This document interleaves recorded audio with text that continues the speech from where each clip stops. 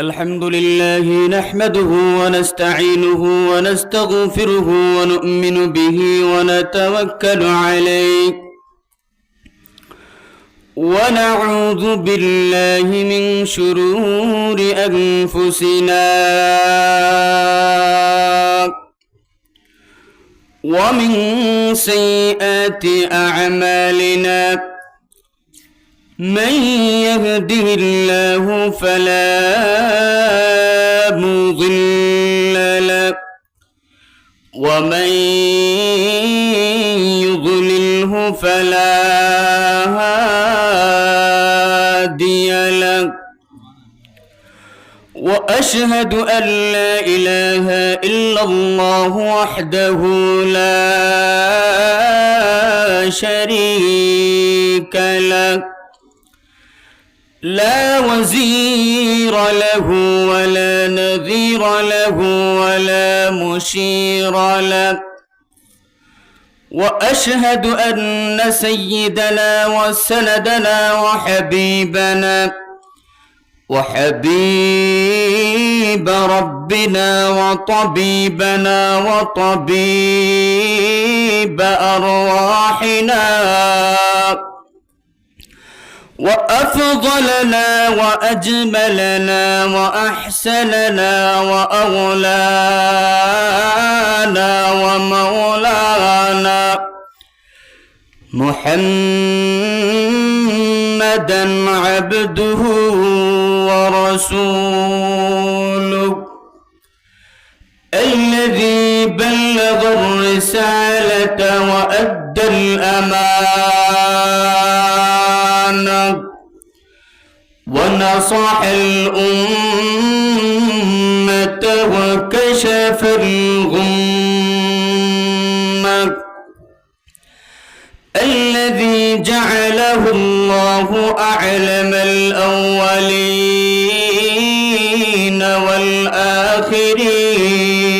والآخرين وجعله خاتم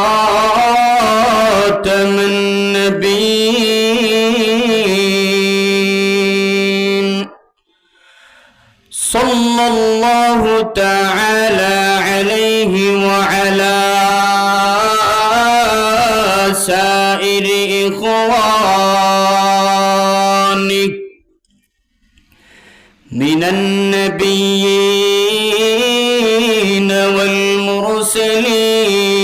والمرسلين ورضي الله عن جميع الصحابة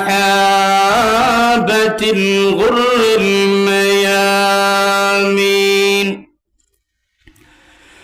أما بعد فأعوذ بالله من الشيطان الرجيم بسم الله الرحمن الرحيم ومن يشاقق الرسول من بعد ما تبين له الهدى ويتبع غير سبيل المؤمنين نوله ما تولى ونصله جهنم وساءت مصيرا وقال الصادق المصدوق صلى الله عليه وسلم أصحابي كالنجوم بأيهم اقتديتم اهتديتم صدق الله مولانا العظيم وصدق رسوله النبي الكريم والحمد لله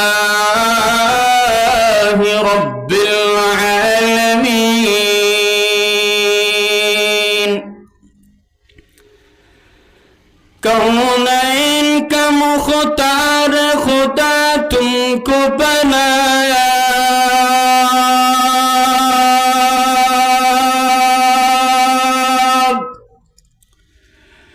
कौनैन का मुख्तार खुदा तुमको बनाया,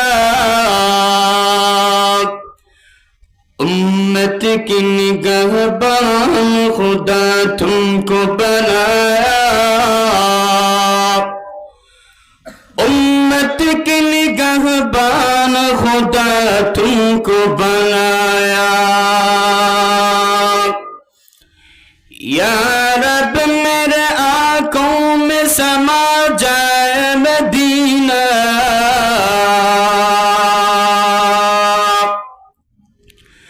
या रब मेरे आंखों में समा जाए मदीना, मुद्दत से मेरे दिल में तमन्नाए मदीना, मुद्दत से मेरे दिल में तमन्नाए मदीना। तलवार पकड़ है को निकल मैदान आसीर, तलवार पकड़ है को निकल मैदान आसीर, दुश्मन की मुकाबिल तो लगाना रहत कबीर, दुश्मन तो मुकाबिल तो लगाना रहत कबीर। ला इलाहा इल्लल्लाह, ला इलाहा इल्लल्लाह, ला इलाहा इल्लल्लाह, ला इलाहा इल्लल्लाह, ला इलाहा इल्लल्लाह। जुरे ला इलाहा इल्लल्लाह, ला इलाहा इल्लल्लाह, ला इलाहा इल्लल्लाह, ला इलाहा इल्लल्लाह मुहम्मदुर রাসূলুল্লাহ সাল্লাল্লাহু আলাইহি ওয়াসাল্লাম। বিয়ানীবাজার গজুঘাটা দক্ষিণ কেন্দ্রীয় জামে মসজিদের উদ্যোগে আয়োজিত আজকের বার্ষিক ইসলামী ওয়াজ মাহফিলে চলমান অধিবেশনে উপস্থিত সদরে মাহতারাম, দূর দূরান্ত থেকে আগত দিনপ্রেমী তৌহিদি জনতা, পর্দার আড়ালায় অবস্থানরত শ্রদ্ধা সম্মানিতা মা ও বোনেরা, সর্বাগ্রে কৃতজ্ঞতা জ্ঞাপন করি দয়াময় রব্বুল আলামিনের দরবারে, যিনি আপনাকে আমাকে একটা মনোরম পরিবেশে জান্নাতের বাগানে আসার বসার কিছু কথা বলার তৌফিক দান করেছেন। এজন্য উচ্চ কণ্ঠে হৃদয় থেকে মহান রব্বুল আলামিনের শুকরিয়া জ্ঞাপন করি। সবাই বলে আলহামদুলিল্লাহ। আলোচনার শুরু থেকে শেষ পর্যন্ত থাকবেন তো ইনশাআল্লাহ, কেউ উঠবেন না। আল্লাহ তাআলা এই গোটা দুনিয়া সৃষ্টি করেছেন, দুনিয়া সৃষ্টি করে এই দুনিয়াকে আবাদ করার জন্যে বনি আদমকে পাঠিয়েছেন। এই বনি আদমের হেদায়েতের জন্যে লক্ষাধিক পয়গম্বর দুনিয়াতে আল্লাহ পাঠিয়েছেন। প্রত্যেক নবীরা এসেই তাওহীদ, রিসালাত, আখিরাত, আল্লাহর পরিচয় উম্মতের কাছে তুলে ধরেছেন। একবারে শেষ পর্যায়ে আপনার আমার নবী সাইয়্যিদুল মুরসালিন, খাতামুন নবিয়্যিন মুহাম্মদুর রাসূলুল্লাহ, সবাই বলেন সাল্লাল্লাহু আলাইহি ওয়াসাল্লামকে পাঠিয়েছেন এবং আখেরি উম্মতের হেদায়েতের জন্য মহাগ্রন্থ আল কোরআন উনার উপর অবতীর্ণ করেছেন। এই কোরআনের ব্যাখ্যা উম্মতের কাছে পৌঁছিয়ে দেওয়ার জন্য নবীজির অসংখ্য অগণিত আহাদিসে নবওয়িয়া রয়েছে। আল্লাহর নবী কোরআনের ব্যাখ্যা করেছেন, অসংখ্য অগণিত হাদিসের মধ্যে এই ব্যাখ্যা বিদ্যমান রয়েছে। কোরআনের ব্যাখ্যা, কোরআন এবং হাদিস এগুলো সংরক্ষণ করার জন্যে আল্লাহ তাআলা আখেরি নবীকে এমন কিছু সাথী সঙ্গী নিযুক্ত করে দিলেন, যে সকল সাথী সঙ্গীদেরকে বলে সাহাবায়ে কেরাম। কি বলে? সাহাবায়ে কেরাম। আমার আজকের আলোচ্য বিষয় হচ্ছে শানে সাহাবা, মাকামে সাহাবা, সাহাবায়ে কেরামের মর্যাদা, সাহাবায়ে কেরামের অবস্থান কোরআন, হাদিস, ইজমা, কিয়াসে কতটুকু। প্রথমেই আমাদেরকে জানতে হবে সাহাবী কাকে বলা হয়। জানা লাগবে না? সাহাবা, আসহাব বহু বচন, এর এক বচন হচ্ছে সাহিবুন সাহাবিয়ুন, এর শাব্দিক অর্থ হচ্ছে সাথী সঙ্গী। পরিভাষায় সাহাবা বলা হয়, ইমাম ইবনু হাজার আসকালানি রহিমাহুল্লাহ, আসকালান যার বাড়ি, জগৎ বিখ্যাত মুহাদ্দিস, উনি উনার কিতাব আল ইসাবা ফি তামিজিস সাহাবা, আরবি একটি গ্রন্থ, ওই গ্রন্থের মধ্যে সাহাবার সংজ্ঞা বর্ণনা করেছেন। তিনি বলেন, সাহাবী বলা হয় মান লাকিয়ান নবিয়্য সাল্লাল্লাহু আলাইহি ওয়াসাল্লাম মুসলিমান ওয়া মাতা আলাল ইসলাম। সাহাবা বলা হয় যারা নবীজি সাল্লাল্লাহু আলাইহি ওয়াসাল্লামকে সচক্ষে দেখেছেন, ইসলাম গ্রহণ করেছেন, আবার ইসলাম নিয়ে কবরে গেছেন। বুঝছেন নি? নবীজির জমানায় 4 ধরনের লোক ছিল। কয় ধরনের লোক? 1 নম্বর সাহাবা। 1 নম্বর কি? সাহাবা বলা হয় যারা নবীজিকে দেখেছেন, ঈমান এনেছেন, ঈমান নিয়ে কবরে গেছেন। 2 নম্বর যারা নবীজিকে দেখেছেন কিন্তু ঈমান আনেন নাই, এদেরকে বলা হয় কাফির। এদেরকে কি বলা হয়? এই হলো 2 নম্বর। 3 নম্বর হচ্ছে যারা নবীজিকে দেখেছেন, ইসলাম গ্রহণ করেছেন, কিন্তু এই ইসলাম এবং ঈমান নিয়ে কবরে যাইতে পারেন নাই, মৃত্যুর আগে বেঈমান হয়ে কবরে গেছেন, এদেরকে বলা হয় মুরতাদ। এদেরকে কি বলা হয়? মুরতাদ। 4র্থ নম্বর যারা নবীজিকে দেখেছেন, বাহ্যিক দৃষ্টিতে ইসলাম গ্রহণ করেছেন, কিন্তু ভেতরে ভেতরে কাফেরদের সঙ্গ দিয়েছেন, এদেরকে বলা হয় মুনাফিক। এদেরকে কি বলা হয়? নবীজির জমানায় এই 4 ধরনের লোক ছিল। কয় ধরনের লোক ছিল? আমি যে বিষয় সম্পর্কে কথা বলবো, প্রথম ধরনের লোক, অর্থাৎ সাহাবায়ে কেরাম। কি? সাহাবায়ে কেরাম। এখন বলি সাহাবায়ে কেরাম সম্পর্কে আমাদের আকীদা কেমন হওয়া উচিত। আমাদের আকীদা কেমন হওয়া উচিত? অত্যন্ত দুঃখের সহিত বলতে হয়, আজ বর্তমান সময়ে গোটা বিশ্বের মধ্যে কিছু লোক বের হয়েছে যারা সাহাবাদের বিরুদ্ধে কলম চালায়, যারা সাহাবাদের দুশ্চর্চা করে, যারা সাহাবাদের সমালোচনা করে। অথচ এই সাহাবা সম্পর্কে আমাদের আকীদা কেমন হওয়া উচিত? ইমাম ইবনু হাজার আসকালানি রাহিমাহুল্লাহ তিনি বলেন, ইত্তাফাকা আহলুস সুন্নতি আলা আন্নাল জামিআ ইয়ানি আস-সাহাবাতা আদুল। গোটা আহলুস সুন্নাত ওয়াল জামাতের উলামায়ে কেরামের আকীদা হলো সকল সাহাবায়ে কেরাম ইনসাফের উপর ছিলেন। সকল সাহাবায়ে কেরাম কিসের উপর ছিলেন? ইনসাফের উপর ছিলেন।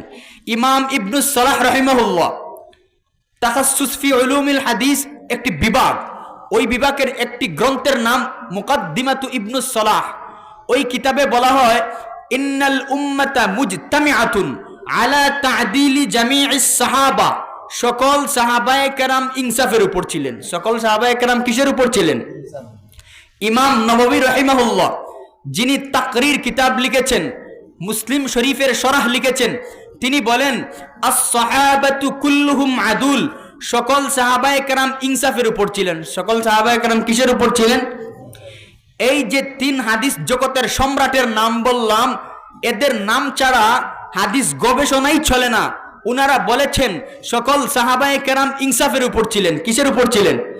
এখন যদি এত বড় বড় হাদিসের সম্রাটরা বলেন সাহাবায়ে কেরাম সত্যের মাপকাঠি ছিলেন, ইনসাফের উপর ছিলেন, নির্ভরযোগ্য ছিলেন, সাক্ষী দানের উপযুক্ত ছিলেন, আর আমরা যদি খোটাই আর মজর এসে তাদের বিরুদ্ধাচরণ করি, তাহলে তাদের কপাল ফুলবে না আমাদের কপাল ফুলবে?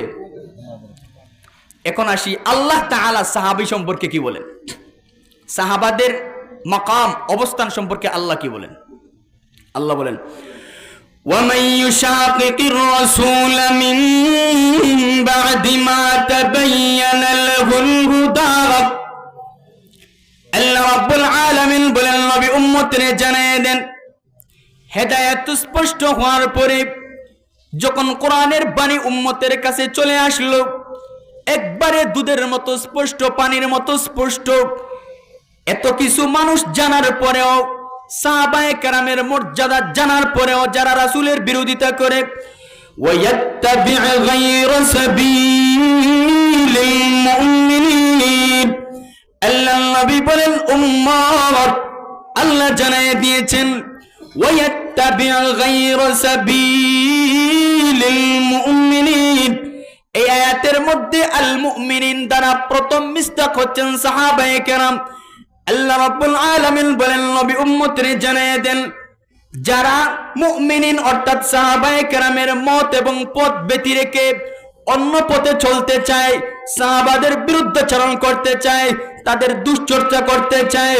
ওগো নবী আপনি উম্মতকে জানিয়ে দেন যারা সাহাবাদের বিরোধিতা করবে দুশ্চর্চা করবে সমালোচনা করবে নুওয়াল্লিহি মা তাওয়াল্লা ওয়া নুসলিহি জাহান্নাম ওগো উম্মত নবী জানিয়ে দেন আল্লাহ বলেছেন এদের ঠিকানা আল্লাহ জাহান্নাম বানায় দিবেন জাহান্নাম নাউজুবিল্লাহ যারা সাহাবাদের মত আর পথ ব্যতি রেখে অন্য পথে চলে তাদের বিরুদ্ধাচরণ করে তাদের ঠিকানা কি জাহান্নাম অন্য আয়াতে সূরা বাকারা আল্লাহ বলেন ওয়াইযা কিলা লাহুম আমিনু কামা আমানান নাস আল্লাহ রাব্বুল আলামিন বলেন নবীজি উম্মতের জানিয়ে দেন যখন মুনাফিকদেরকে বলা হয়েছে তোমরা ঈমান আনো মুনাফিকদেরকে যখন বলা হয়েছে ঈমান আনো কিভাবে আমানান নাস কামা আমানান নাস যেভাবে ঈমান এনেছেন সাহাবায়ে কেরাম আল্লাহ তাআলা গোটা উম্মতে মুহাম্মাদির ঈমানের দারমাদার মাপকাঠি মেয়ার বানিয়েছেন সাহাবায়ে কেরামের ঈমানের উপর কার ঈমানের উপর গোটা উম্মতের ঈমানের মাপকাঠি সাহাবাদেরকে আল্লাহ রাব্বুল আলামিন বানাইলেন ওই সাহাবাদেরকে যদি আমরা বলি সত্যের মাপকাঠি নয় তাহলে তো আল্লাহর সাথে বিরুদ্ধাচরণ ছাড়া আর কিছু নয় অন্য আয়াতে বলেন وَكَذَلِكَ جَعَلْنَاكُمْ أُمَّةً وَسَطًا আল্লাহ বলেন নবী উম্মত আপনার উম্মতের জানিয়ে দেন সাহাবাদেরকে জানিয়ে দেন ও সাহাবায়ে কেরাম তোমাদেরকে উম্মাতান ওয়াসাতা আই উম্মাতান আদুলা মধ্যম পর্যায়ের উম্মত ইনসাফ পর্যায়ের উম্মত নির্ভরযোগ্য উম্মত আমি আল্লাহ বানিয়েছি এই আয়াত দ্বারাও বোঝা যায় সকল সাহাবায়ে কেরাম ইনসাফের উপর ছিলেন কিসের উপর ছিলেন ইনসাফের উপর ছিলেন অসংখ্য অগণিত হাদিস এবং আয়াত আরো যত আয়াত আছে কোরআন ভরপুর এবার আসি বিশ্বনবী কি বলেন নবীজি বলেন আসহাবি কান নুজুম বিআইয়িহিম ইকতাদাইতুম ইহতাদাইতুম নবী বলেন হে উম্মত আমার সাহাবায়ে কেরাম আকাশের নক্ষত্র তুল্য কিসের সমতুল্য আকাশের নক্ষত্র সমতুল্য বিআইয়িহিম ইকতাদাইতুম ইহতাদাইতুম তাদের কোনো একজনকে যদি তোমরা অনুসরণ করো আল্লাহ তাআলা হেদায়েত দিয়ে দিবেন আল্লাহ কি দিয়ে দিবেন তারা হেদায়েত প্রাপ্ত হয়ে যাবে অন্য হাদিসে নবীজি বলেন হে উম্মতে মুহাম্মাদি হে সাহাবায়ে কেরাম মসজিদে নববীতে নবীজি বয়ান দিচ্ছেন আর সাহাবারা সামনে বসা নবীজি বললেন হাল তারাউনা মা আরা হে সাহাবায়ে কেরাম আমি অন্তর্দৃষ্টি দিয়ে যা দেখতে পাচ্ছি তোমরা কি দেখতে পাচ্ছ সাহাবায়ে কেরাম বললেন ক্বালু লা ইয়া রাসূলুল্লাহ জিনা আল্লাহর রাসূল আমরা তো দেখতে পাচ্ছি না আল্লাহু ওয়া রাসূলুহু আ'লাম আল্লাহ এবং আল্লাহর রাসূল ভালো জানেন নবীজি বলেন ইন্নী আরাল ফিতনাতা খিলালা বুয়ুতিকুম কাওয়াকইল মাতার আমি উম্মতে মুহাম্মাদি পরবর্তী উম্মতের দিকে আমি অন্তর্দৃষ্টি দিয়ে দেখতে পাচ্ছি প্রত্যেকটি ঘরে বৃষ্টির ফুটার ন্যায় ফিতনা ঢুকতেছে কি ঢুকতেছে ফিতনা ঢুকতেছে এই উম্মতে শুধু ফিতনা ঢুকতেছে এখন উম্মত যাবে কোন দিকে বনি ইসরাইল 72 দলে বিভক্ত হয়েছে উম্মতে মুহাম্মাদি 73 দলে বিভক্ত হবে কয় দলে নবীজি বলেন সাতাফতারিকু উম্মতি আলা 73 মিল্লাত উম্মত 73 দলে বিভক্ত হবে, কুল্লুহুম ফিন্নার, কিন্তু 73 দলের মধ্য থেকে সব দল জাহান্নামে যাবে। সব দল ইল্লা মিল্লাতুন ওয়াহিদা। আল্লাহর নবী বলেন উম্মত 73 দলের মধ্যে 72 দল জাহান্নামে যাবে, কিন্তু একমাত্র একটা দল, ওই দল জান্নাতে যাবে। আল্লাহর নবীর সাহাবায়ে কেরাম বলেন ইয়া রাসূলুল্লাহ, ইয়া হাবিবাল্লাহ, নবীজি আপনার উম্মত যদি 73 দলে বিভক্ত হয়, 72 দল যদি জাহান্নামে চলে যায়, এক দল জান্নাতে যাবে, ওই দলের পরিচয় আমাদেরকে দেন, আমরা ওই দলে থাকব। নবীজি বলেন তাই নাকি? শুনে নাও, মা আনা আলাইহি ওয়া আসহাবি।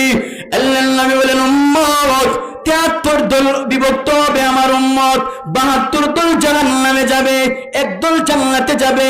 ওই দল কোন দল জানেন? ওই দল হলো যে দল আমি নবীর তরিকায় চলবে, আমার সাহাবায়ে কেরামের তরিকায় চলবে, ওই দল জাহান্নামে যাবে না, জান্নাতে যাবে। 72 দল জাহান্নাম, একমাত্র আমি নবীর তরিকায় যারা চলবে, আমার সাহাবাদের তরিকায় যারা চলবে, ওই দল জান্নাতে যাবে। এই হাদিসের দ্বারাও বোঝা যায় সাহাবায়ে কেরাম সত্যের মাপকাঠি ছিলেন। কি ছিলেন? নবীজি বলেন আমার যুগ, আমার পরবর্তী যুগ উত্তম যুগ, এর পরবর্তী যুগ, নবীজি বলেন আমার পরের 2 যুগ উত্তম, এরপরে শুধু ফিতনা। খায়রুল কুরুনি করনি সুম্মাল্লাযীনা ইয়ালুনাহুম সুম্মাল্লাযীনা ইয়ালুনাহুম। নবী বলেন আমার যুগ উত্তম, এর পরবর্তী যুগ উত্তম, সাহাবায়ে কেরাম, তাবেঈন, তাবেঈ তাবেঈন, এই 3 যুগ উত্তম, এরপরে শুধু ফিতনা আর ফিতনা। নবীজি বলেন তখন উম্মত বাঁচবে কিভাবে? এত ফিতনা, ফিতনার অভাব নাই, আপনারা কোন দিক দিয়ে যাবেন? নবীজি বলেন ইন্নাহু মান ইয়াইশ মিনকুম বা'দি ফাসায়ারা ইখতিলাফান কাসীরা। আমার পরবর্তী উম্মত অনেক ফিতনা দেখতে পাবে, কেমনে নাজাত পাইবে? তখন কি করবে? এদিকে এক দল, সেদিকে এক দল, সেদিকে এক দল, সেদিকে এক দল, উলামাদের মধ্যে আরো দল, যাব কোথায়? নবীজি তখন রাস্তা বলে দিলেন, আলাইকুম বিসুন্নতি ওয়া সুন্নাতিল খুলাফাইর রাশিদিনাল মাহদিয়িন। আল্লাহর নবী বলেন আমার পরবর্তী উম্মত অনেক ফিতনা দেখতে পাবে, কিন্তু কোন দলের মধ্যে যাবে, কার অনুসরণ করবে, নাজাত কেমনে পাইবা? এরে উম্মত তোমাদেরকে আমি পথ বলে দেই, ওই সময় যত ফিতনাই আসে না কেন আমি নবীর অনুসরণ করিও, আমার সাহাবায়ে কেরাম খুলাফায়ে রাশিদিনের অনুসরণ করিও, নাজাত পেয়ে যাইবা। এত সকল হাদিস থেকে আমরা কি বুঝলাম? সকল সাহাবায়ে কেরাম কিসের উপর ছিলেন? সত্যের উপর ছিলেন, ইনসাফের উপর ছিলেন। এর পরবর্তীতে নবীজি একটা চমৎকার হাদিস বলেন, বলেন আমার সাহাবায়ে কেরামদেরকে তোমরা গালি দিও না। কেন? নবীজি বলেন লা তাসুব্বু আসহাবি। এরে উম্মত আমার সাহাবায়ে কেরামদেরকে তোমরা গালি দিও না। কেন? ফা ইন্না আহাদাকুম লাউ আনফাকা মিসলা উহুদিন যাহাবা মা আদরাকা মুদ্দা আহাদিহিম ওয়ালা নাসীফা।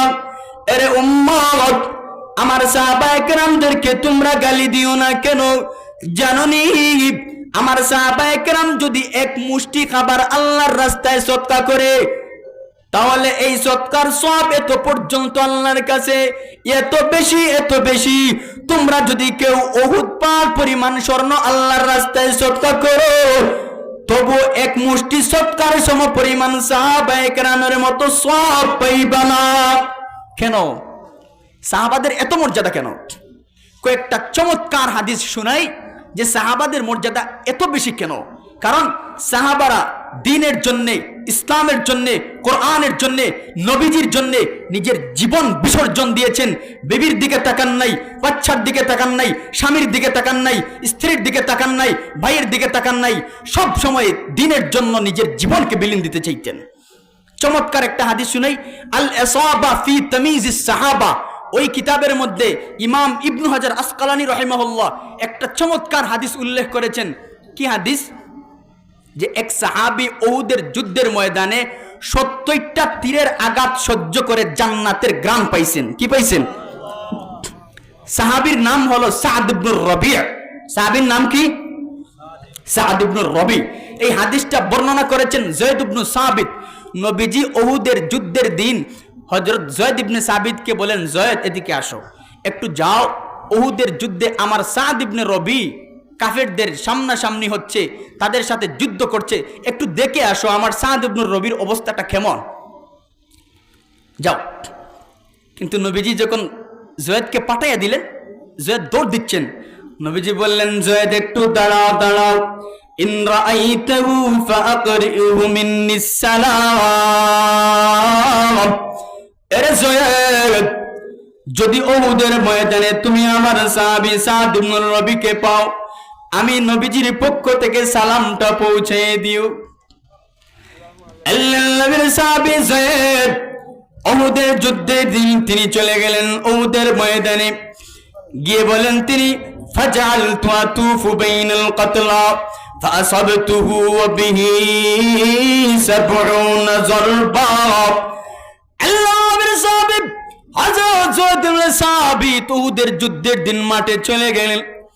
গিয়ে দেখেন হযরত সাদ ইবনে রবি 70টা তীরের আঘাত নিজের দেহের মধ্যে।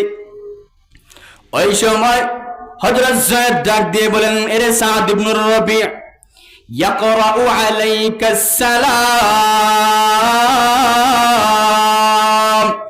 এরে সাদ, উহুদের যুদ্ধের ময়দানে 70টা তীরের আঘাত তোমার দেহের মধ্যে, তুমি নড়াচড়া করতে পারতেছো না, জমিনের সাথে গড়াগড়ি বাজছ।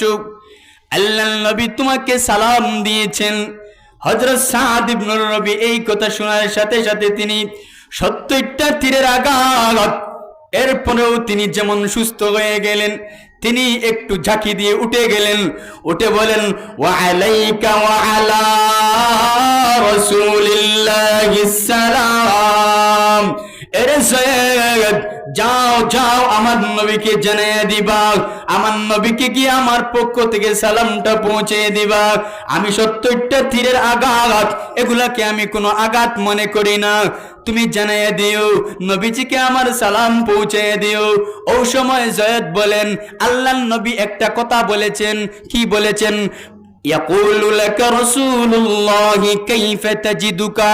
তুমি যে 70টা তীরের আঘাত তোমার শরীরের মধ্যে, কাফেররা তোমার শরীরে 70টা তীর নিক্ষেপ করেছে, তোমার কাছে কেমন লাগতেছে? ওই সময় সাদ ইবনে রবি 70টা তীরের আঘাত সহ্য করে এমন একটা জবাব দিলেন, বলেন, টেনশন নাই, চিন্তার কোনো কারণ নাই, যাও যাও নবীকে গিয়ে জানিয়ে দিও, ইন্নী আজিদু রিহাল জান্নাত। আমি 70টা তীরের আঘাত সহ্য করে এখান থেকে জান্নাতের ঘ্রাণ পাইতেছি। সুবহানাল্লাহ।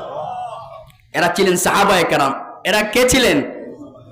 নিজের জন্য, দ্বীনের জন্য নিজের দিকে পরোয়া করেন নাই, 70টা তীরের আঘাত সহ্য করেছে। আরেকটা চমৎকার হাদিস বলবো। আল ইসাবা ফি তামিজিস সাহাবা, ইমাম ইবনে হাজার আসকালানী রাহিমাহুল্লাহ হাদিসটা উল্লেখ করেছেন। চমৎকার হাদিস, যে সাহাবারা দ্বীনের জন্য নিজের বিবি এবং বাচ্চার পরোয়া করতেন না। মুতার যুদ্ধের আগের দিন আল্লাহর নবী সেনাপতি নিযুক্ত করছেন। নবীজি বললেন, হে যায়েদ ইবনে হারেসা এদিকে আসো, হে জাফর ইবনে আবি তালিব এদিকে আসো, হে আব্দুল্লাহ ইবনে রাওয়াহা এদিকে আসো। আগামী কালকে শুক্রবার মুতার যুদ্ধ, এই যুদ্ধের 1 নম্বর সেনাপতি আমি যায়েদ ইবনে হারেসাকে বানাইলাম। তুমি যদি শহীদ হইয়া যাও তাহলে 2 নম্বর সেনাপতি জাফর ইবনে আবি তালিব তোমাকে বানাইলাম। হে জাফর ইবনে আবি তালিব, তুমিও যদি শাহাদাত বরণ করো, 3 নম্বরের সেনাপতি আব্দুল্লাহ ইবনে রাওয়াহা তুমি হইবা। আর যদি 3 জন শহীদ হইয়া যাও তাহলে 4র্থ নম্বর সেনাপতি উপস্থিত যারা যুদ্ধের ময়দানে থাকবে তারা পরামর্শ করে একজন বানাইবে। নবীজি এই কথা বলে চলে গেলেন। আব্দুল্লাহ ইবনে রাওয়াহা 3 নম্বরে যে ব্যক্তির নাম বলেছেন, ওই সাহাবী বাকি 2 জনকে বলেন, এ বন্ধু, তোমরা কি কিছু বুঝতে পারছো? না, আমরা তো কিছু বুঝি নাই।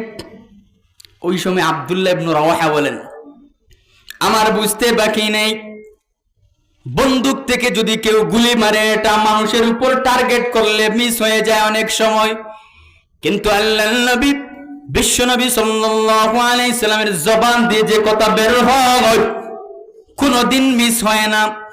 নবীজি বলেছেন আগামী কালকে যদি আমরা 3 জন শহীদ হয়ে যাই, এর দ্বারা বোঝা যায় আগামী কালকে মুতার যুদ্ধ থেকে আর আমরা ফিরে আসতে পারবো না, শহীদ হয়ে যাইব। এর জাফর, এর জয়েদ, তোমরা আগামী কালকে মুতার যুদ্ধে যাইবা, আমি যাইব না। কি বলে? আমি যাব না।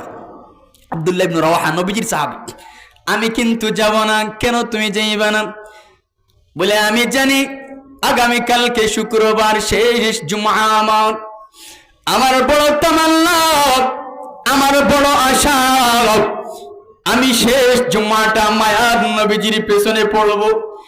এই জুমার নামাজ যদি তোমাদের সাথে যুদ্ধে চলে যায়, আমি আর পড়তে পারবো না, মায়ার নবীজির সুহবত আর কণ্ঠের তেলাওয়াত শুনতে পারবো না। যাও যাও যাও, সকালে তোমরা যুদ্ধের ময়দানে চলে যাও, তবে আমি কথা দিলাম জুমার নামাজ পড়ে আর একটা সেকেন্ড দেরি করব না, আমি গিয়ে শরীক হব। আব্দুল্লাহ ইবনে রাওয়াহা এই কথা বলে ঘোড়ার উপর সওয়ার হইলেন, একটানা মসজিদে নববীর মধ্যে চলে গেলেন। নবীজি মসজিদের নামাজে জুমার নামাজ পড়াইবেন, নবীজি খুতবা দিচ্ছেন, হঠাৎ তাকায় দেখেন আব্দুল্লাহ ইবনে রাওয়াহা।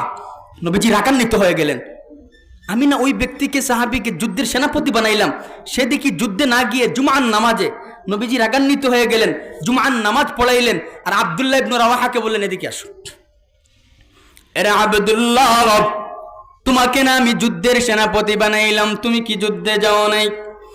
আল্লাহর নবীর সাহাবী আব্দুল্লাহ ইবনে রাওয়াহা বলেন, ইয়া রাসূলুল্লাহ, ইয়া হাবিবাল্লাহ, ওগো নবীজি, আমি জানি আমার আজকে শেষ জুমা, আমি যদি যুদ্ধের ময়দানে যাই আর ফিরে আসতে পারবো না, আর আপনার কণ্ঠের তেলাওয়াত আমি শুনতে পারবো না।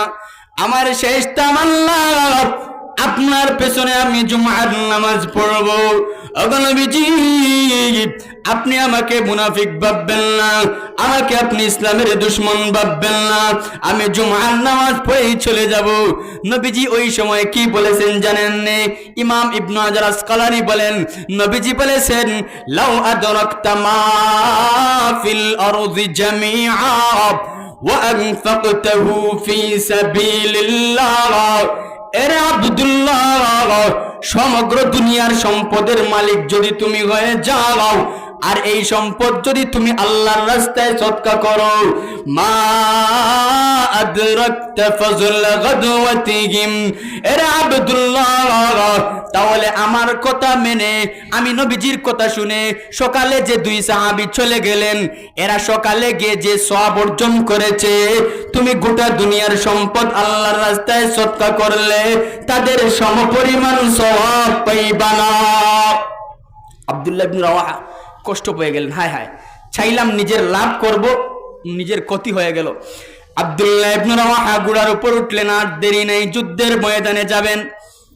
ঘোড়ার উপর যখন উঠলেন, এমন সময় পেছনের দিকে শুনেন কে আব্বা আব্বা বলে ডাকে। আব্দুল্লাহ ইবনে রাওয়াহা পেছনের দিকে শুনেন কে প্রাণের স্বামী, প্রাণের স্বামী বলে ডাকে। আব্দুল্লাহ ইবনে রাওয়াহা দাঁড়ায় গেলেন, কিন্তু মাথাটা পেছনের দিকে একবারও ঘুরায় না। ছোট্ট বাচ্চা বলে, আব্বা, তুমি না আজকে যুদ্ধের ময়দানে চলে যাইবা, আজকে গেলে তো তুমি আর আসবা না, তোমার শেষ দিন, একবার তা তোমার কলিজার টুকরা সন্তানের মাথাটা একটু বুলাইয়া দাও। বিবি বলে, প্রাণের স্বামী, শেষ পর্যায়ে একবার তা আমাকে তুমি দেখা করে যাও, একবার তা তুমি আমাকে দেখা করে যাও, আর তো তুমি আসবা না। আব্দুল্লাহ ইবনে রাওয়াহা নবীজির কথাকে কতটুকু মূল্যায়ন করতেন, কতটুকু গুরুত্ব দিতেন, দিনের জন্য কতটুকু ভালোবাসতেন। আব্দুল্লাহ ইবনে রাওয়াহা এই দিকে মাথা ফিরাইলেন, যুদ্ধের দিকে, পেছনের দিকে বিবি ডাকতেছে। তিনি বিবিকে বলেন, না না, এর সন্তান, এর ছোট্ট বাচ্চা কলিজার টুকরা, আমি মাথা ঘুরাইতে পারবো না, আমি মাথা ফিরাইতে পারবো না। কারণ জানি এই মুহূর্তে যদি তোমাদের দিকে আমি মাথা ঘুরাই, আমি যদি আব্দুল্লাহর মায়া, আমার ছোট বাচ্চার দিকে মায়া লেগে যায়, আমি আব্দুল্লাহর যদি আমার স্ত্রীর দিকে মায়া লেগে যায়, আর যদি আমি যুদ্ধের ময়দানে না যাই, তাহলে আমার ইতিহাসের খাতায় লেখা হয়ে যাবে আব্দুল্লাহ মুনাফিক ছিল, বিবির মায়ায়, ছোট বাচ্চার মায়ায় যুদ্ধের ময়দানে যায় নাই। না না, আমি যাব না, আমি তোমাদের সহিত দেখা করব না। আল্লাহ যদি কবুল করে জান্নাতে দেখা হবে। সুবহানাল্লাহ। এরা ছিলেন সাহাবায়ে কেরাম। আব্দুল্লাহ ইবনে রাওয়াহা মুতার যুদ্ধে চলে গেলেন, শাহাদত বরণ করলেন। পরবর্তী সেনাপতি খালিদ বিন ওয়ালিদ হলেন। মুতার যুদ্ধে আল্লাহ মুসলমানদেরকে বিজয় দান করলেন। আরেক একটা আদেশ শুনাইতাম নি, ছোট্ট বাচ্চা নবীজিকে কেমন ভালোবাসতেন। কিতাবের নাম মাজমাউজ জাওয়াইদ ওয়া মানবাউল ফাওয়াইদ। ইমাম নুরউদ্দিন আল হাইসামি রাহিমাহুল্লাহ হাদিস এনেছেন, হাদিস নাম্বার 15969। এই হাদিসের বর্ণনাকারী হলেন হুসাইন ইবনে ওয়াহুহ রাদিয়াল্লাহু আনহু। তিনি বলেন, নবীজি মক্কা থেকে মদিনায় আসবেন হিজরত করে, ছোট ছোট বাচ্চারা বাবার আঙ্গুল ধরে নবীজিকে ইস্তেকবালের জন্য চলে গেলেন মাঠে। এই এক সাহাবী, নাম হলো তলহা ইবনুল বারা। নাম কি? তলহা ইবনুল বারা, তলহা। উনি উনার বাবার আঙ্গুল ধরে মাঠের মধ্যে চলে গেলেন নবীজিকে ইস্তেকবাল করার জন্য। কিছুক্ষণ দূরে যাওয়ার পর তিনি দেখতেছেন এই যে নবীজি আসতেছেন। কে আসতেছে? নবীজি আসতেছেন। তিনি বাবার আঙ্গুল ছেড়ে দিয়ে বললেন, আর তোমার আঙ্গুল ধরা যাবে না, মায়ার নবীজি আসতেছেন। এক দৌড় দিয়ে মাঠের মাঝখানে চলে গেলেন। গিয়ে কি বলেন জানেন? ইমাম নুরউদ্দিন আল হাইসামি হাদিস উল্লেখ করেছেন। তিনি গিয়ে বলেন, ইন্নী উহিব্বুকা ইয়া রাসূলুল্লাহ, ওগো মায়ার নবীজি, জীবনের সব কিছুর চাইতে, আমার জানের চাইতে আপনাকে বেশি আমি ভালোবাসি। ফাজিবান নবী সাল্লাল্লাহু আলাইহি সাল্লাম, নবীজি আশ্চর্য হয়ে গেলেন, এত ছোট বাচ্চা আমাকে বলে জীবনের চাইতে বেশি ভালোবাসে। নবীজি বলেন, তাই নাকি? তাহলে একটু প্রমাণ করি। প্রমাণ কি? এই ছোট্ট বাচ্চা তলহা বলে, নবীজি আমাকে একটু পরীক্ষা করেন, আমি যে জীবনের চাইতে, আমার বাবার চাইতে, আমার মার চাইতে বেশি আপনাকে ভালোবাসি। নবীজি বললেন, তাই নাকি? ওই যে তোমার বাবা, ইযহাব ফাকতুল আবাকা, যাও তোমার বাবার মাথাটা দেখে নিয়ে আসো, আমি নবীজিকে ভালোবাসো কিনা, আমি নবীজির কথা মানো কিনা, যাও তো তোমার বাবার মাথাটা নিয়ে আসো। ওই সময় ছোট্ট বাচ্চা তলহা ফাকারা জামওয়ালিয়ান লিয়াফআলা যালিকা, ছুটে দৌড় দিলেন। নবীজি বললেন, না না, ইকবাল ইকবাল, এদিকে আসো, আর প্রমাণ করতে হবে না, আর পরীক্ষা করতে হবে না। ইন্নী লাম উবআস বিকাতিআতি রাহিমিন, আল্লাহর নবী বলেন, আমাকে আল্লাহ বাবা এবং সন্তানের সম্পর্ক কাটার জন্য পাঠান নাই। আরে তলহা, আর প্রমাণ করতে হবে না, তুমি জীবনের চাইতে আমাকে বেশি ভালোবাসো। এই ছোট্ট বাচ্চা বাড়িতে চলে গেলেন, নবীজি চলে গেলেন। কয়েকদিন পর এই তলহা অসুস্থ হয়ে গেলেন। কি হয়ে গেলেন? এখানে মজার ঘটনাটা উল্লেখ করেছেন। তলহা অসুস্থ হয়ে গেলেন। নবীজি যখন খবর পাইলেন তলহা অসুস্থ, নবীজি মক্কা থেকে হিজরত করে মদিনায় আসলেন আমার ছোট্ট বাচ্চা, ছোট্ট সাহাবী তলহাকে দেখার জন্য। নবীজি এসে দেখেন তলহার অবস্থা বেশ ভালো না, বেশ বাঁচবে না, হয়তো মারা যাইবে। নবীজি তলহা রাদিয়াল্লাহু তাআলা আনহুর আব্বা আম্মাকে বললেন, শুনো, আমার ছোট্ট সাহাবী যদি তলহা মারা যায়, আমি নবীজিকে খবর দিবা, আমি নবীজি যেন এসে তার জানাজার নামাজ পড়াইতে পারি। তিনি বলেন, ফাআযিনুনি হাত্তা আশহাদা ওয়া উসাল্লিয়া, এ তলহার বাবা, যদি তলহা এই রাতে মারা যায় আমাকে খবর দিবা, আমি নবীজি যাতে এসে জানাজার নামাজ পড়াইতে পারি। ছোট্ট সাহাবী তলহা অসুস্থ হয়ে গেলেন। এই কথা বলে নবীজি মক্কায় চলে গেলেন। ওই রাত্রেই তলহার ইন্তেকাল হয়ে গেল। নবীজি যখন চলে গেলেন, তলহা বলেন, আব্বা আম্মা, নবীজি কি বলে গেছেন? এই বাবা বলেন যে নবীজি বলে গেছেন, যদি তুমি এই রাত্রে মারা যাও, নবীজিকে খবর দেব, নবীজি এসে তোমাদের জানাজা পড়াবেন। ওই সময় ছোট বাচ্চা কি বলেন জানেন? ছোট্ট বাচ্চা নবীজির প্রতি কতটুকু ভালোবাসা, একটু পরেই ইন্তেকাল করবে, একবারে শরীর খারাপ। ছোট্ট বাচ্চা বলে, নবীজি বলে গেছেন আমার জানাজা পড়াইবেন। না না, নবীজিকে বলিও আমি যদি মারা যাই নবীজিকে খবর দিবা না। লা তাদউ রাসূলুল্লাহ, ছোট্ট বাচ্চা তলহা বলে, ওগো আব্বা, আমি যদি মারা যাই, আমি যদি ইন্তেকাল করে যাই, আমার মায়ার নবীকে কবর দিবা না, ফাদফিনুনি, তোমরা তাকে দাফন করে দিবা, আমাকে কবরের বাসিন্দা করে দিবা, নবীজিকে কবর দিবা না। এই ছোট্ট বাচ্চা তলহা যখন এই কথা বললো, ওনার মা বাবা বললেন, এ বেকুফ, নবীজি বলেছেন তুমি মারা গেলে তোমার জানাজা পড়াইবে, তুমি বলো নবীজিকে খবর দিব না, এমন কথা কেন বলো? ছোট্ট বাচ্চা তলহা কি বলে জানেন? ইন্নী আখাফু আলাইহি মিনাল ইয়াহুদ, ওগো আব্বাজান, আমি যদি মারা যাই, আমার জানাজা পড়ানোর জন্য নবী যদি মক্কা থেকে মদিনায় রাত্রে আসেন, প্রতিমধ্যে কিছু ইহুদি সম্প্রদায় আছে, আমার মায়ার নবীকে যদি এরা রাত্রি বেলা আক্রমণ করে, তাহলে নবীজি তো আক্রমিত হয়ে যাইবেন। ওয়ালা ইউসাবু ফি সাবাবি, তলহা ছোট্ট বাচ্চা নবীজির সাহাবী বলেন, ওগো আব্বাজান, আমি যদি মারা যাই, নবীজিকে কবর দিবা না, নবী আসার পথে ইহুদিরা নবীজির উপর আক্রমণ করবে, আর যদি ইহুদিরা নবীজির উপর আক্রমণ করে, আমি তলহা কবরে গিয়ে শান্তি পাইব না। সুবহানাল্লাহ।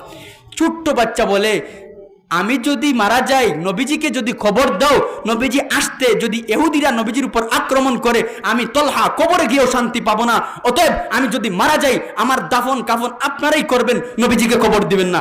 একথা বলে কিছুক্ষণ পর তলহা ইন্তেকাল করলেন। আর তলহার মা বাবা আত্মীয় স্বজন ওসিয়ত অনুযায়ী নবীজিকে বললেন না, নবীজি কি করলেন না, তারা নিজেই দাফন করে ফেললেন। সকালে নবীজিকে খবর দিলেন, ফাউখবিরান নবী সাল্লাল্লাহু আলাইহি ওয়াসাল্লাম হিনা ইউসবিহু, নবীজিকে সকালে খবর দিলেন আপনার ছোট্ট সাহাবী তলহা রাত্রে মারা গেছেন। নবীজি রাগান্বিত হয়ে গেলেন, কে এমন তোমরা কেন করলা? আমি না বললাম আমার তলহার জানাজা আমি পড়াবো, তোমরা কেন জানাজা পড়ে দাফন করে ফেললা? আমাকে কেন বললা না? নবীজি একদল সাহাবাদেরকে নিয়ে আসলেন, তলহার কবরের সামনে এসে দুইটা হাত তুললেন আর বললেন, তলহার বাবা, তলহার মা, আমার তলহা মারা যাওয়ার কারণে তোমরা আমাকে কেন কবর দেও নাই, আমাকে কেন বলো নাই? ওই সময় তলহার বাবা বলে, নবী গো, আপনার ছোট্ট সাহাবী তলহা বলেছে যদি সে রাত্রে মারা যায় আর যদি আপনাকে খবর দেয়, আপনি এত দূর থেকে আসবেন, আপনাকে উপর কাফেররা ইহুদিরা আক্রমণ করবে, আর যদি ইহুদিরা আপনাকে আক্রমণ করে, তাহলে তলহা যেন খবরে গিয়েও শান্তি পাবে না। নবীজি বললেন, আমার ছোট্ট সাহাবী তলহার এত ভালোবাসা আমার প্রতি, কাফেররা আক্রমণ করবে এই ভয়ে সে আমাকে না খবর দিতে বলেছে, তাহলে এত মায়া এত ভালোবাসা। আল্লাহর নবী দুইটা হাত তুলে দিলেন, তুলে দিয়ে কি দোয়া করলেন? ইমাম নুরউদ্দিন হাইসামি রাহিমাহুল্লাহ তিনি এই কথাটা উল্লেখ করেছেন। তিনি দোয়া করেন, আল্লাহুম্মা আলকা তালহাতা ইয়াজহাকু ইলাইকা ওয়া তাজহাকু ইলাইক, ওগো আল্লাহ, আমার ছোট্ট সাহাবী তলহা আমার প্রতি এত ভালোবাসা, আমার প্রতি এত মায়া, আমি নবীজি তার জানাজায় আসলে কাফেররা আক্রমণ করবে এটা বরদাস্ত করতে পারে নাই, যে কারণে আত্মীয় স্বজনকে বলেছে তারা যেন কাফন করে। ওগো নবী, ওগো আল্লাহ, আমার ছোট্ট তলহাকে তুমি কবরে এমন ব্যবহার করিও, এমন ভাবে তুমি তার সাথে মুআমালা করিও যেন তুমি তার দিকে তাকায় তাকায় হাসতেছো আর তলহা তোমার দিকে তাকায় তাকায় হাসতেছে। সুবহানাল্লাহ। এত ভালোবাসা। নবীজির সাহাবীরা নিজের সম্পদের চাইতেও বেশি ভালোবাসতেন। এই হাদিসটা বলেই শেষ করব। আস-সহিহুল মুসনাদ বিমা লাইসা ফিস সহিহাইন হাদিসের একটি কিতাব, ওই কিতাবের 35 নম্বর হাদিস। আবু আব্দুর রহমান আল ওয়াজিঈ রাহিমাহুল্লাহ চমৎকার হাদিস উল্লেখ করেছেন। নবীজির দরবারে এক সাহাবী এসেছেন, এসে বলেন, নবীজি, আমার বাড়ির চতুর্দিকে আমি বাউন্ডারি ঘুরাইব, কিন্তু আমার বাউন্ডারির কাছে আমার আত্মীয় এক ব্যক্তির একটা গাছ এভাবে বাঁকা হয়ে গেছে, এখন আমি বাউন্ডারি ঘুরাইতে পারি না, এই গাছটা কাটার প্রয়োজন। আবার ওই ব্যক্তি যদি আমাকে দিয়া দিত তাহলে আমি বাউন্ডারিটা ঘুরাইতাম। ফামুরহু আন ইউতিয়ানি, ওগো নবী, আপনি ওই ব্যক্তিকে বলেন সে যেন গাছটা আমাকে দিয়া দেয়। নবীজি ওই ব্যক্তিকে ডাকাইলেন, পাশের ব্যক্তিকে ডাকাইয়া বললেন, হে ভাই, ওই গাছটা তুমি ওই ব্যক্তিকে দিয়ে দাও, ওই ব্যক্তি নিজের বাড়ির বাউন্ডারি ঘুরাইবে, তোমার গাছ বাঁকা হয়ে একটু সমস্যা হয়ে গেছে। ফাআবা, ওই ব্যক্তি অস্বীকার করলো, দিতে চাইল না। নবীজি বললেন, বিনাখলাতিন ফিল জান্নাহ, তুমি যদি ওই গাছটা দিয়ে দাও, জান্নাতে আল্লাহ তোমাকে একটা গাছ দিবেন। জান্নাতের একটা গাছ কত বড় জানেন? কত বড়? নবীজি বুখারী শরীফের হাদিস বলেন, ইন্না ফিল জান্নাতি লাশাজারা ইয়াসিরুর রাকিবু তাহতা যিল্লিহা মিআতা আমিল লা ইয়াকতাউহা। আল্লাহর নবী বলেন, উম্মত, জান্নাতের এক একটা গাছ কত বড় জাননি, এত বিশাল, এত বিশাল, এত বিশাল। এই গাছের এক গুড়া থেকে যদি একটা দ্রুতগামী ঘোড়া দৌড়ানি আরম্ভ করে, দৌড়তে শুরু করে, 100 বছর পর্যন্ত দৌড়াইবে, গাছের শেষ মাথা পর্যন্ত শেষ করতে পারবে না। নবীজি বললেন, গাছটা দিয়ে দাও, জান্নাতে আল্লাহ তোমাকে একটা গাছ দিবেন। কিন্তু ওই ব্যক্তি দিল না। নবীজি যখন এই কথা বলেছেন, পেছনে এক সাহাবী ছিলেন, সাহাবীর নাম হলো আবু দাহদা। সাহাবীর নাম কি? আবু দাহদা। তিনি এই কথা শুনলেন যে জান্নাতে আল্লাহ একটা গাছ দিবেন। তিনি চুপে চুপে চুপে চুপে ওই ব্যক্তির কাছে চলে গেলেন, গিয়ে বললেন, ভাই, তোমার যে এই গাছটা, এই গাছটার কারণে ওই ব্যক্তি বাউন্ডারি ঘুরাইতে পারছে না, ওই গাছটা আমাকে দিয়ে দাও। বললে, তুমি আমাকে কি দিবা? বলে, 600 বিশিষ্ট আমার খেজুরের বাগান তোমাকে দিয়ে দেব। আমাকে একটা গাছ দাও, আমি তোমাকে কি দেব? 600 বিশিষ্ট খেজুরের বাগান তোমাকে দিয়ে দেব। বলতে তো ভালো, একটা গাছ দিব, তুমি একটা বাগান দিবা, ভালো কথা, নিয়ে নাও। এই ব্যক্তি এই আবু দাহদাকে একটা গাছ দিয়ে দিল। তিনি খুশি হয়ে, ওই যে শুনেছেন বিনাখলাতিন ফিল জান্নাহ, জান্নাতে একটা গাছ। তিনি বললেন, আমার বাগানের দরকার নাই, আমার 600 গাছের দরকার নাই, জান্নাতে একটা গাছের দরকার। জান্নাতে কি দরকার? তিনি দৌড় দিলেন নবীজির কাছে, গিয়ে বলেন, নবীজি, আপনার ওই সাহাবীকে ডাকেন, আমি ওই গাছটা ক্রয় করে নিয়ে এসেছি, ওই গাছটা আপনার সাহাবীকে আমি হাদিয়া দিলাম। নবীজি এত খুশি হয়েছেন, নবীজি এমন একটা দোয়া দিয়েছেন। ইমাম আবু আব্দুর রহমান আল ওয়াজিঈ রাহিমাহুল্লাহ হাদিস উল্লেখ করে বলেন, নবীজি 3 বার বলেছেন, কাম মিন ইযকিন রাদাহিন লিআবিদ দাহদা ফিল জান্নাহ, কাম মিন ইযকিন রাদাহিন লিআবিদ দাহদা ফিল জান্নাহ, কাম মিন ইযকিন রাদাহিন লিআবিদ দাহদা ফিল জান্নাহ। আমার আবু দাহদা একজনের হাজত পূরণ করেছে, একটা গাছ ওই জন্য নিজের বাগান বিক্রি করে দিয়েছে, 600 বিশিষ্ট বাগান দিয়ে দিয়েছে। এরে আবু দাহদা, এরে সকল সাহাবায়ে কেরাম শুনে নাও, আমার আবু দাহদা একটা গাছ দেওয়ার কারণে, এই একটা গাছের বিনিময়ে আল্লাহ রাব্বুল আলামিন জান্নাতে শত শত গাছ তার নামে দিয়েছে। সুবহানাল্লাহ। নিজের সম্পত্তির চাইতে নবীকে বেশি ভালোবাসতেন। কাকে বেশি ভালোবাসতেন? এরা ছিলেন সাহাবায়ে কেরাম। এরা কি ছিলেন? শুধু পুরুষ ভালোবাসতেন না, মহিলারাও ভালোবাসতেন। পর্দার আড়ালে মহিলারা আছেন না, এক মহিলা সাহাবী, নাম হচ্ছে সুমাইয়া বিনতে কায়েস, আল বেদায়া ওয়ান নেহায়া, একটা তারিখের বড় কিতাব, এখানে হাদিসটি উল্লেখ করেছেন যে এক মহিলা সাহাবী সুমাইয়া বিনতে কায়েস, তিনি শুনলেন যে উহুদের যুদ্ধে নবীজির উপর কাফেররা আক্রমণ করে ফেলেছে। মহিলার মাথা নষ্ট, গরম, মায়ার নবীজি যার জন্য আমি বেঁচে আছি, নবীজির উপর আক্রমণ। আর ঘরে বসলেন না, দৌড় দিলেন, বাহিরে দৌড় দিলেন। আল্লাহর নবীর সাহাবিয়া সুমাইয়া বিনতে কায়েস দৌড় দিলেন, ঘর থেকে বের হয়ে গেলেন। প্রতিমধ্যে যাইয়া দেখলেন সাহাবায়ে কেরাম আসতেছেন, বললেন, আমার মায়ার নবী কেমন আছে? ওই সময় সাহাবায়ে কেরাম বললেন, নবীজির কথা তো পরে, তোমার আব্বা উহুদের যুদ্ধে শহীদ হয়ে গিয়েছেন। আল্লাহর বান্দী সুমাইয়া বিনতে কায়েস বলেন, আব্বা মারা গেছেন তো কি হইছে, আমার নবী কেমন আছে? আল্লাহর বান্দী দৌড় দিলেন, উহুদের ময়দানের দিকে আরো অগ্রসর হইলেন। এখনো পর্দার বিধান নাজিল হয়ে নাই। কিছুক্ষণ যাওয়ার পর গিয়ে দেখলেন আরো কিছু সাহাবী আসতেছেন, বললেন, আমার নবী কেমন আছেন? সাহাবায়ে কেরাম বলেন, সুমাইয়া, তোমার স্বামী উহুদের যুদ্ধে শহীদ হয়ে গিয়েছেন। সুমাইয়া বলেন, ইন্না লিল্লাহ। আমার নবী কেমন আছেন? বাবা মারা গেলেন, ইন্না লিল্লাহ। স্বামী মারা গেলেন, ইন্না লিল্লাহ। খবর নাই আমার নবী কেমন আছেন, আমার নবী কেমন আছেন। সামনে চলে গেলেন, একটু সামনে গিয়ে বলেন, কিছু সাহাবায়ে কেরাম, সুমাইয়া কই যাও? ও সুমাইয়া, তুমি কই যাও? বলে, উহুদের যুদ্ধের ময়দানে আমার মায়ের নবী কেমন আছেন? বলে, শুনো, তোমার যে কলিজার টুকরা ছেলে, তোমার কলিজার টুকরা আদরের দুলালি ছেলে উহুদের ময়দানে শহীদ হয়ে গেছে। সুমাইয়া বলে ইন্না লিল্লাহ, যাক জান্নাতে চলে গেছে। আমার মায়ার নবী কেমন আছে, এই কবরটা একটু দাও। বলে সামনে যাও। সুমাইয়া বাবা মারা গেলেন, স্বামী মারা গেলেন, ছেলেও মারা গেলেন, এবার দৌড় দিলেন আরেকটু সামনে। সাহাবায়ে কেরাম আসতেছেন, ও সুমাইয়া কই যাও, কই যাও, তোমার তো বাবা মারা গেছেন, তোমার স্বামী মারা গেছেন, ছেলে মারা গেছেন, আরেকটা খবর শুনো, তোমার ভাইও উহুদের ময়দানে শহীদ হয়ে গেছেন। সুমাইয়া বলে টেনশন নাই, চিন্তা নাই, আমার কোনো টেনশন নাই, সবাই জান্নাতে গেছেন। আমার মায়ার নবীজি কেমন আছেন, মায়ার নবীজি কেমন আছেন? আল্লাহর বান্দি সুমাইয়া সাহাবায়ে কেরাম একটু ইশারা করে দিলেন, ওই যে নবীজিকে দেখা যায়, এখনো পর্দার বিধার আয়াত নাজিল হয় নাই। সুমাইয়া একটু দৌড় দিলেন, গিয়ে বললেন, ফিদাকা আবি ওয়া উম্মি ইয়া রাসূলুল্লাহ, ওগো মায়ার নবীজি, আমার স্বামী মারা গেছে দুঃখ নাই, আমার আব্বা মারা গেছে দুঃখ নাই, আমার ভাই মারা গেছে দুঃখ নাই, আমার কলিজার টুকরা ছেলে মারা গেছে দুঃখ নাই, আপনাকে দেখে আমার সকল দুঃখ পানি হয়ে গেছে। সুবহানাল্লাহ। এরা ছিলেন কি? সাহাবায়ে কেরাম। এরা কি ছিলেন? আব্দুল্লাহ ইবনে উবাই ইবনে সুলুল, মুনাফিকের সর্দার, নাম শুনেছেন? মুনাফিকের সর্দার, কিন্তু উনার ছেলে আব্দুল্লাহ নবীজির সাহাবী, নবীজির কি সাহাবী।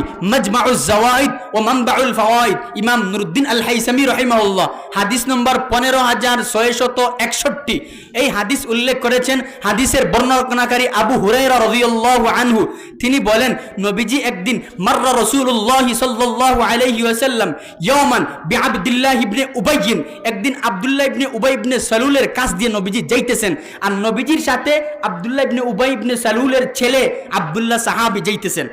আর যখন নবীজি এই মুনাফিকের সর্দার আব্দুল্লাহ ইবনে সুলুলের কাছ দিয়ে গেলেন, ওহুয়া ফি জিল্লি উতুমিন, একটি গাছের নিচে বসা ছিল।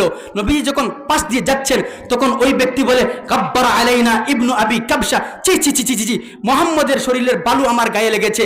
এই কথা শুনে ছোট্ট সাহাবী, ওর ছেলে আব্দুল্লাহ, নবীজিকে বলে, ওয়াল্লাযী আকরামাকা বিল হাক্কি ইয়া রাসূলুল্লাহ, ওগো মায়ার নবী, আমার নবীজি, আপনাকে আমার বাবা ছি ছি বলেছে, আমি পরোয়া করি না, আমার কোনো টেনশন নাই।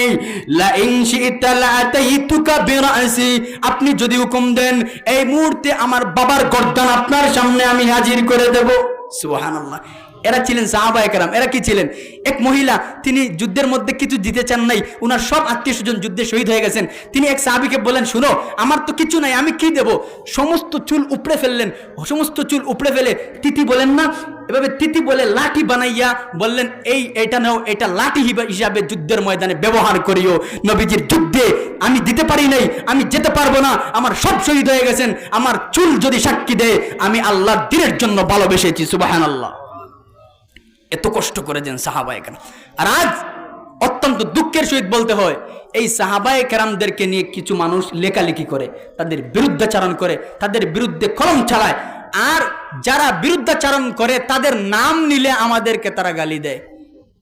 হায় হায়, কি ব্যাপার! সাহাবায়ে কেরাম দ্বীনের জন্য, ইসলামের জন্য কত কষ্ট করেছেন, এদিকে একটু খেয়াল নেই।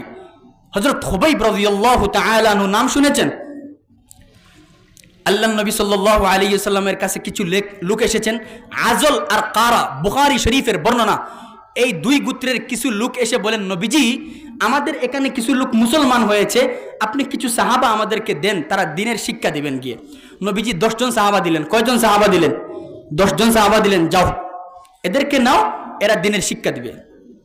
কিন্তু এই যে যারা এসেছে, এরা মূলত মুসলমান হয় নাই। কি হয় নাই? এরা গাদ্দারি করতেছে। যখন মাকামে রাজিয়া, একটি বহুদূর জায়গায় চলে গেল, তখন বনি লিহয়ান গোত্রকে জানিয়ে দিল যে আমরা 10 জন সাহাবাদেরকে এনেছি, তোমরা আসো।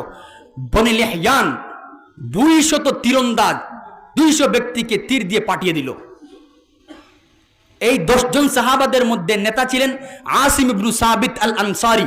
তিনি যখন জেনে ফেললেন যে কাফেররা আমাদেরকে পায়তারা করে, তারা মুসলমান হয়ে নাই, আমাদেরকে হত্যার চেষ্টা করছে, তখন আসিম ইবনে সাবিত 10 জন সাহাবাদেরকে নিয়ে একটি পাহাড়ের টিলায় উঠে গেলেন। কোথায় উঠে গেলেন? একটি টিলায়। উঠতে না উঠতেই চতুর্দিকে 200 কাফের, 200টা তীর নিয়ে এসে বলেন, নেমে আসো। তোমরা যদি আত্মসমর্পণ করো তাহলে তোমাদেরকে আমরা হত্যা করব না, ছেড়ে দেব। ওই সময় আসিম ইবনে সাবিত বলেন, আম্মা আনা ফাওয়াল্লাহি লা আনফিল ইয়াওমা ফি যিম্মাতিকা গাফির। আসিম ইবনে সাবিত বলে, আমি কাফেরদের অবস্থা আমার ভালো করে জানা আছে, এরা গাদ্দারি করে, না না আমাদেরকে বলেছে দিনের দাওয়াতের জন্য আমরা এসেছি, এখন আবার তীর নিয়ে প্রস্তুত, আমরা যদি নামি আমাদেরকে হত্যা করবে না এমন গ্যারান্টি আসেনি, না না আমরা নামবো না, আপনারা যা করার করেন। ওই সময় 200 কাফির 10 জন সাহাবাদের বিরুদ্ধে তীর নিক্ষেপ শুরু করে দিল। কয়জন সাহাবা? মাত্র 10 জন। তীর নিক্ষেপ করতে করতে চালাইতে চালাইতে এক পর্যায়ে